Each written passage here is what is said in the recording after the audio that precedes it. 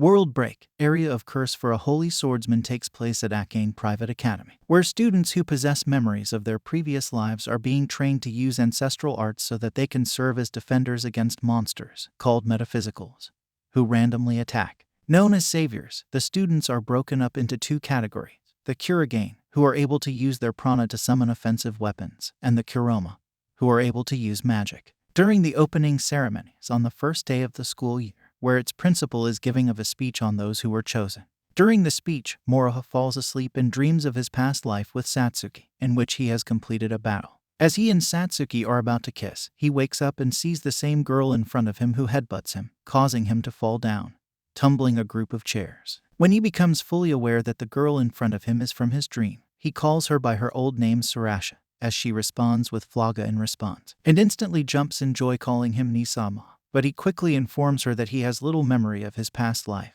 and that the name simply popped up in his mind. She quickly suggests to headbutt him again, but a noise quickly catches their attention and turn around to see a girl lying down on the floor, seemingly sleeping. Moroha tends her, instantly kissing him, prompting Satsuki to break it up in sheer jealousy and lash out on Shizuno. When Moroha attempts to calm down the situation, Shizuno asks him on what he thought of her lips, but Moroha is left uncomfortable by the question. Seen flustered and bothered, Satsuki rants out on how Moroha doesn't even remember her and calls him names, before running out crying. Later on in a classroom, the homeroom teacher is about to call out attendance, but Satsuki calls herself out and introduces herself, but is met with negative remarks as to why people should follow her, leaving herself embarrassed. Moroha ends the commotion by calling out how they should finish attendance before time runs out. Arriving at the Coliseum with Shizuno and other students, their instructor informs them that they will learn how to use light skills and shows them how to summon their prana, where a suit covers his body, while the students are fascinated by the scene. He informs them that since they had past lives, they should be able to use it, but they all end up struggling, with the exception of Satsuki and another student named Gen Isurugi. The two eventually get wrapped up in an argument, leading to a duel between the two, where she is easily defeated and taunted by the male student, calling her weak and shouting more derogatory remarks, but is stopped. Moroha places his sweater on Satsuki after Isurugi cuts her outerwear, revealing most of her back, and later runs away in shame. Moroha and Satsuki are later seen at fast food area, but still depressed about the match. Satsuki brings up her downs, certain facts about her life, and how she's had no friends due to moving from place to place because of metaphysical attacks. Adding to her dreams of her past life, she tells Moroha that she no longer feels alone. She then starts crying about her downs and asks Moroha to scold her, but is interrupted by Shizuno, who starts eating her French fries. This greatly bothers Satsuki, but Shizuno once again ignores her remarks on leaving and walks up to Moroha. The two girls then get into a one-sided argument. Once again at the school, Moroha confronts Isurugi and demands that he apologize to Satsuki, but Isurugi says he will only apologize if he can hit him once, and tosses him weapons to fight. As Isurugi has the upper hand for the majority of the fight, Shizuno tells Satsuki that Moroha is fighting for her, and that she will not let her look away. During the midst of the fight, after being pinned to the ground, Moroha regains a memory of him and Satsuki, after what she shouts out, where he is seen promising her that he would always come home to her, no matter how dangerous the battle is. When she shouts again that she will give him a kiss if he wins, he states that he remembers, which allows him to fully release his prana and release his weapon, Saratika, where he overwhelms Isurugi and defeats him. Due to the amount of magic used, he faints, but is caught by a crying Satsuki. In the stands, the principal Mary says Ancient Dragon, who is supposed to be a war-dead spirit from long ago. Moroha, get a wake-up kiss from this lowly Maya. So this is a way to replenish his energy, as explained by Mary, and about reincarnations, saviors, the ancient dragon, and the double reincarnation that he is. Later, Satsuki wants to kiss but is too shy to go about it, so Shizuno shows her how it is done. In their classroom, suddenly, this guy seeks Moroha and Shizuno's attention. He is Jin Isurugi, the elder brother of that jerk. He apologizes on behalf of his elder brother, and since he has observed Moroha's fighting skills, he is no doubt rank C and can join his strikers group that fights Metaphysicals. Of course, this means his scholarship is supported, but on the downside, he has to go on missions that would put his life at risk. The temptation of money is too great for him to resist. Shizuno will be on reserve. Eavesdropping Satsuki wants to join too, but Jin is unsure about her. Moroha and Shizuno sit in and are introduced to the rest of the strikers. Apart from that embarrassing line they have to say, "We are the saviors, everything else is okay." After practice, Satsuki is glad to be with Moroha again, but Shizuno tells her they're tired and this will be the routine for the rest of the day. Satsuki is the sad girl again. Moroha didn't like how Shizuno treated her, although he knew she was pretty much looking out for her. He also notes that if she wants to make him happy, she should try smiling herself. Moroha joins up with Satsuki, who is now a happy girl. The next day, Satsuki calls Shizuno to accompany her out. Satsuki wants to get something for Moroha as a congratulatory present for joining the strikers, but doesn't know what to get. So as they look around, suddenly some metaphysical snake attacks occur. Satsuki is scared but summons her courage to fight it after thinking Moroha wouldn't want a cowardly sister like her. Shizuno supports her, and they go all out once the entire area is evacuated. Shizuno saves Satsuki and, in return, gets semi-petrified. Getting scared goes up another notch because this metaphysical is some sort of hydra with multiple heads. Meanwhile, Moroha couldn't believe Jin and his strikers were sitting around doing nothing. Jin says this is an extraordinary metaphysical situation that needs an entire army, or else they will die. Moroha is going to do it himself, because this metaphysical thing seems to have a tentacle, and Satsuki is seconds before being tainted. Thankfully, heroes always arrive at the right time. As he fights, Shizuno reminds him to use his other power. Conveniently, he remembers and starts air-writing those spells to kill it. So powerful that the entire complex is destroyed, and it is raining metaphysical heads. In the aftermath, Satsuki gets a shocking surprise when Jin invites him to join the strikers because he is impressed with her bravery. They need more people like her. She is so happy that Shizuno's sarcasm couldn't get through. Satsuki is not pleased that the report puts the three of them as the heroes of the incident because she believes Moroha should take all the credit. Just then, this Englishman named Edward Lampert enters and places his order for English tea like a boss, and this doesn't sit well with Satsuki either. She lets him try some natto-flavored tea, but he doesn't really quite like it. Moroha could suddenly feel time stop. Or rather, Edward is moving too fast. Edward lets loose a punch but stops short of hitting his face. This was just a test. He feels disappointed and then leaves. Shizuno explains that he is the head of England's headquarters. Like the other powerhouse countries, he is probably here to check out Moroha in person. Satsuki may not like that guy but is happy this will increase Moroha's reputation to S rank. But Shizuno says once he reaches that rank, he will no longer have freedom. Example, you even need permission to take a walk. Later, they bump into Maya, and the girls are not impressed that this loli stole a kiss from their beloved Moroha. Shizuno knows Maya as Mary's little sister because her brother is the director of this school. In a practice class, Moroha is put to the test to battle this joker, Kamekichi Menendo. Kamekichi's firepower has no effect on him, and Moroha returns the favor many times over. It's too late to plead for forgiveness. Later, Maya talks to Moroha alone about Shizuno's brother, who is using her sister as a tool. The reason he has been training and pushing her to become an executive is so he can become even greater. But she is glad that ever since Shizuno met Moroha, she has been happier. Shizuno doesn't fancy being in this boring meeting between her brother and Edward. She would prefer to watch Moroha sleep. Then some flashbacks of their past lives show her as some witch in the icy castle of her master, Shu Sora. He wakes up groping her chest by accident, and so she dares him to kiss her. It's like Satsuki has a radar that somebody is going to kiss Moroha sensor that pops up to tick her off. Later, Shizuno's brother invites Moroha to dinner. He starts mentioning the condition to become S rank by defeating a super metaphysical on his own, and despite Moroha insisting the three of them defeated it, Big Brother believes he can still attain that rank if the other two certify to it.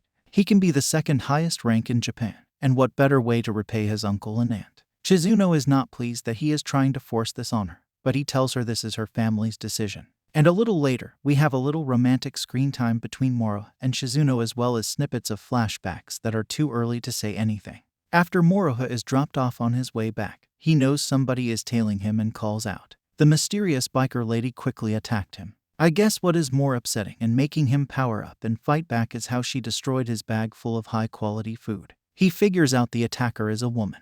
Moroha's power was enough to rip certain parts of her suit, thus ending the match.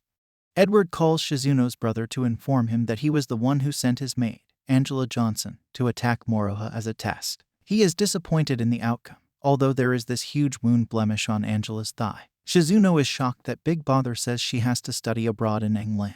She really doesn't want to, but it's her family's decision. Maya becomes Moroha's roommate and starts living with him as instructed by Mary. Is this even legal? Shizuno has been absent from school today. Maya rushes in to give the bad news. Shizuno's family is having dinner with Edward and talks about her transfer to England.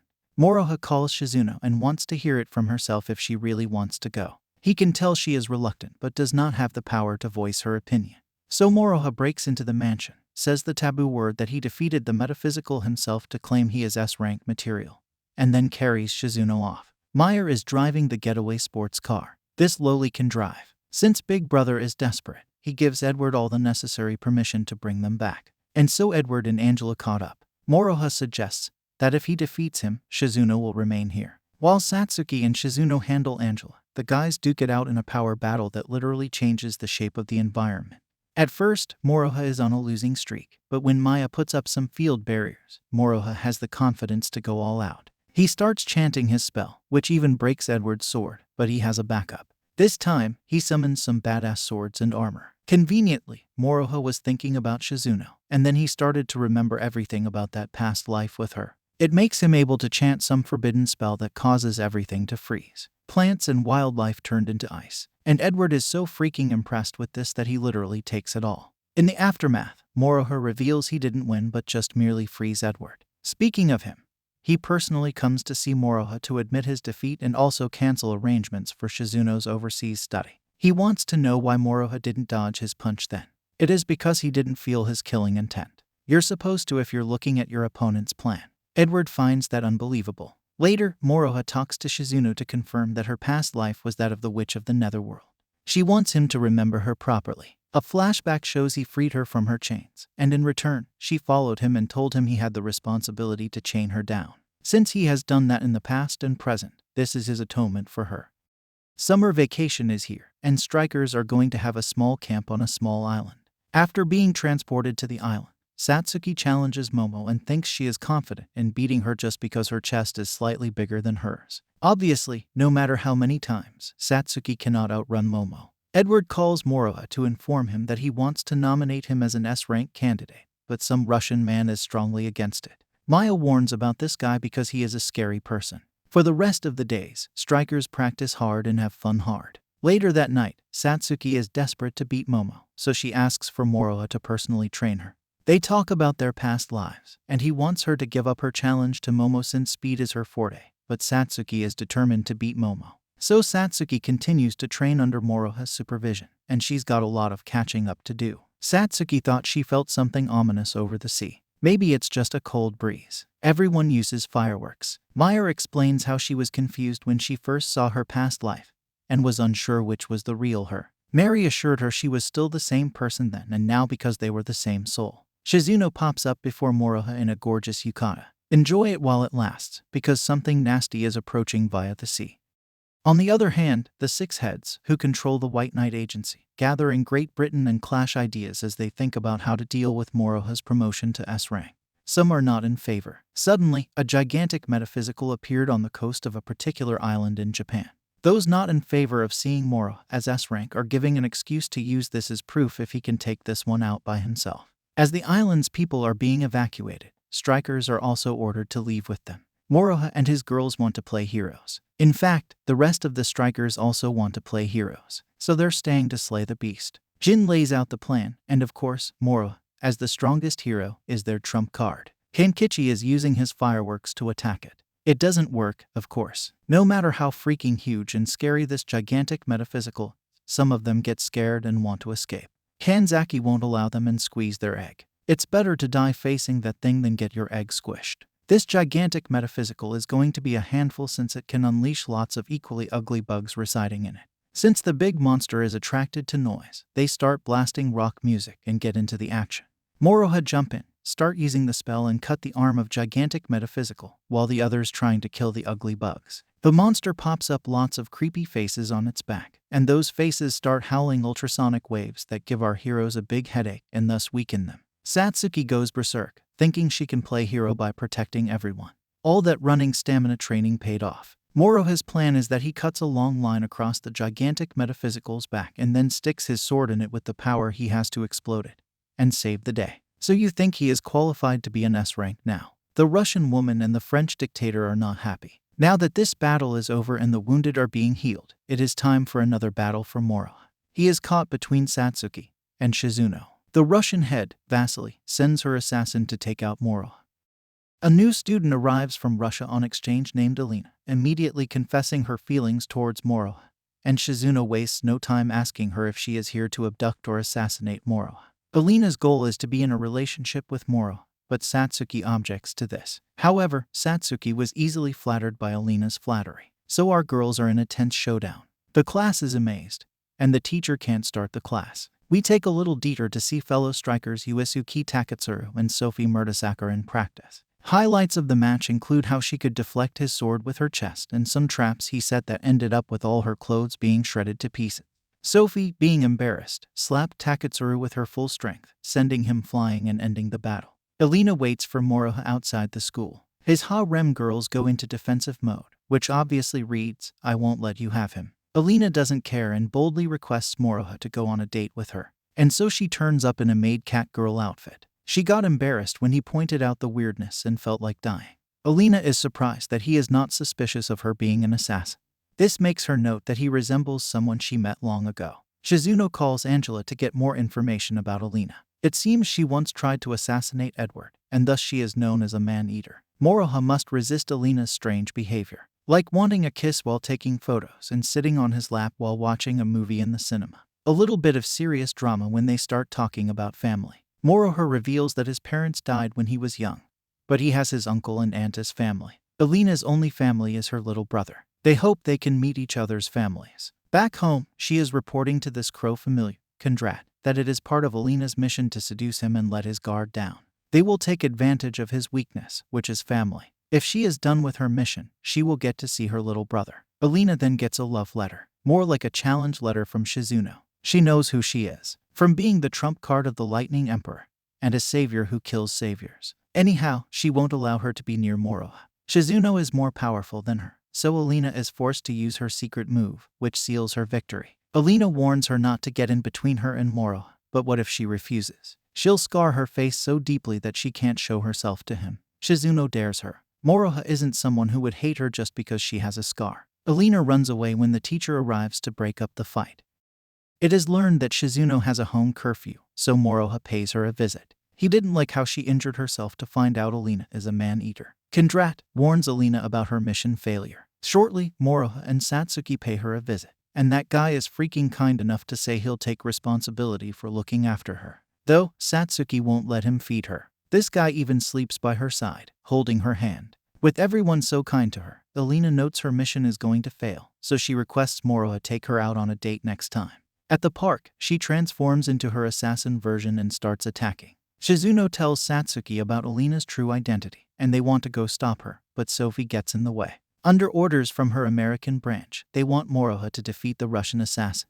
Satsuki fights Sophie to let Shizuno through. All that training paid off, with Satsuki besting her despite Sophie's overflowing plana. Moroha might be struggling against Alina's demon sword at first, but the more he remembers about his past, the more he gets into the groove and easily turns the tables. He knows about her predicament and even wants to help save her brother so she can be free. He understands what she is going through, just like him. When Shizuno arrives, she reveals the information she got. Alina never had a biological brother. She was abandoned all alone. Kondrat introduces himself and admits that is true. Those memories were just fake illusions he planted.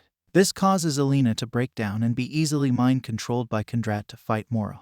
Moroha powers up and cuts off Kondrat's control to free her. Moroha told her that he would be her family. The next day, Moroha anticipates she is going to leave, so he casts a sleeping spell on her. Moroha purposely calls Edward to inform him that he is declaring war on Russia and going to fight them alone. Moroha faces off with Bernard, the head of Vladivostok's branch, and using a magic lighting strike, he defeats him easily. As he interrogates, he knows he won't let him know Vasilis's location and lets him live so he can inform others. Moroha says he doesn't want to kill in this war, but he didn't say anything about hurting others because he stabbed his sword into Bernard's guts. Moroha is not alone on this journey. Angela is traveling with him as well. Her fake passport and visa allowed him to enter Russia, and she was ordered by Edward to accompany him, something she isn't very happy about. Bernard reports her loss to Vasilisa, and she wants him dead for failure. But after saying Moroha can't kill him with his sword, she gives him an honorable death by striking him with her lightning. Look at his happy face. But does she need to burn down his entire mansion too? Despite knowing Moroha is on a fighting spree, Vasilisa wants her closest aides to reinforce defenses around her base in Krasnoyarsk, as she knows the other heads won't be enough to defeat him. Meanwhile, we take a side trip back to Arcane Academy, where Moro has left behind. Harem girls are arguing over something. Alina wants to be Moroha's little sister, but Satsuki won't allow that. She doesn't even want to be his elder sister. Shizuno tells them to cut this crap since Moroha is fighting the war alone.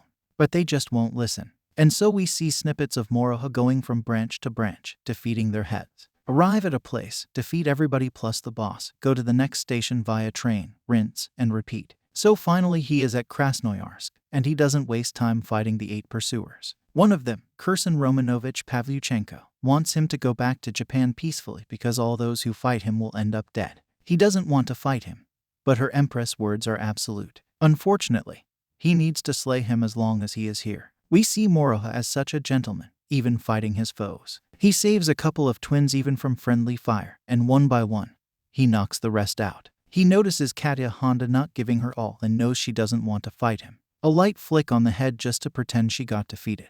After defeating the Magnificent Seven, Moroha finds Angela losing her battle with the 8th warrior. He saves her from Vasilis's trap chanting via a mirror on his back and gets struck by her lightning.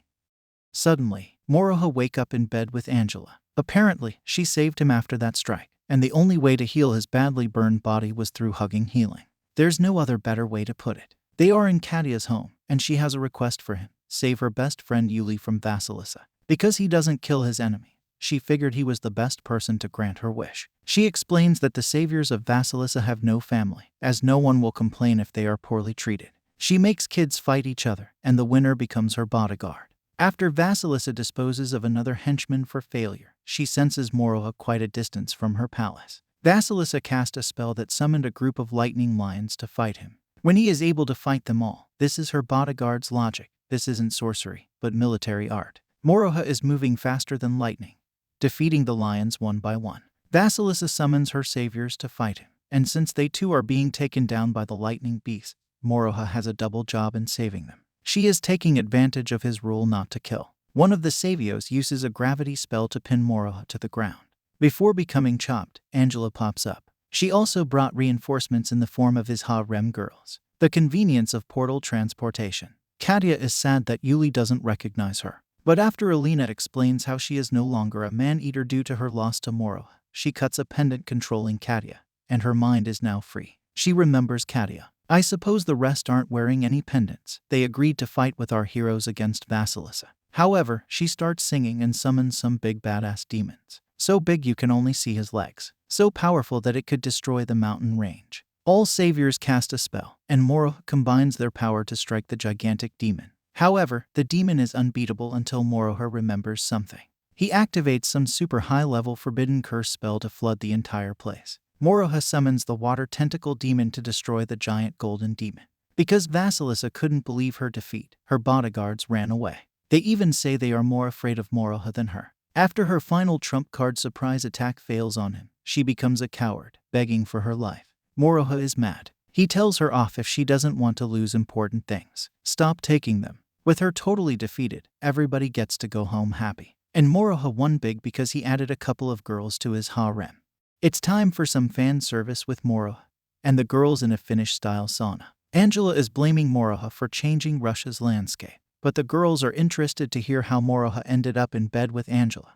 But it soon descends into a fight between Satsuki and Alina to be Moroha's little sister. It looks like after all those mini challenges, Satsuki beats her in arm wrestling. Shizuno cools them down with her ice magic, and now they're just freezing. Later, Moroha talks to Shizuno about their past lives, but he can't remember some unfamiliar enemy he is fighting. As everyone returns home via Mary's portal, Maya is so happy and ready to hug Moroha, but only the girls came through. A metaphysical was spotted, so he stayed back with the Russian girls to fight it. Maya anxiously waited for him to come back, and now she couldn't even get to hug him. Edward is by the side of Japan's head, Ando Suruga, and his condition is worsening. Normally, when a metaphysical shows up, he has chest pains, but now he is in a coma. Edward has a bad feeling something ominous could turn up this time. True enough, when Ando wakes up, he warns that not an ordinary metaphysical is coming but an ancient dragon.